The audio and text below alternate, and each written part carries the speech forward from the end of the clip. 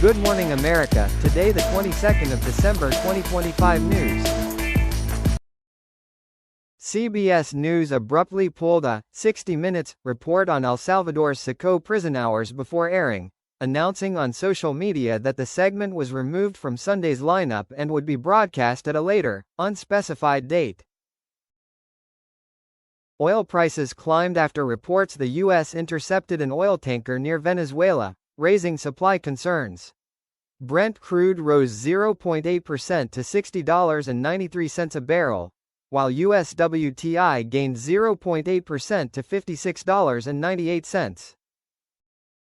A photo of President Donald Trump was restored to Epstein files after removal, once officials confirmed no victims appeared. The image, showing Trump with women in a desk drawer, had been flagged by New York prosecutors for review.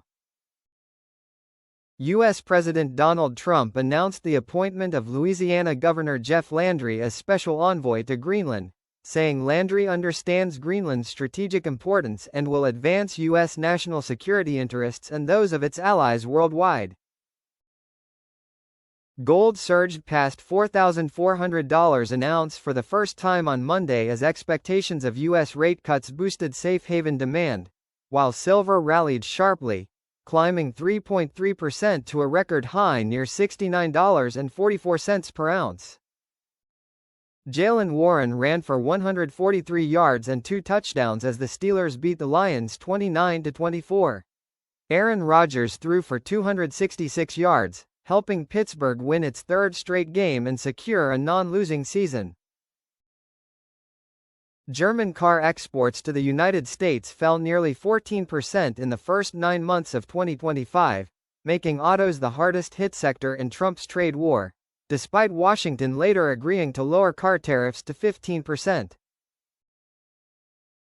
Southeast Asian foreign ministers met in Malaysia to revive a ceasefire between Thailand and Cambodia after deadly clashes killed at least 60 people.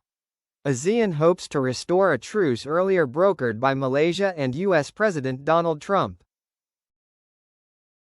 President Donald Trump's 2025 return to the White House triggered sweeping tariffs that pushed U.S. import taxes to Great Depression-era highs, rattled global markets, and reshaped trade talks, with his trade agenda set to dominate 2026 despite major challenges.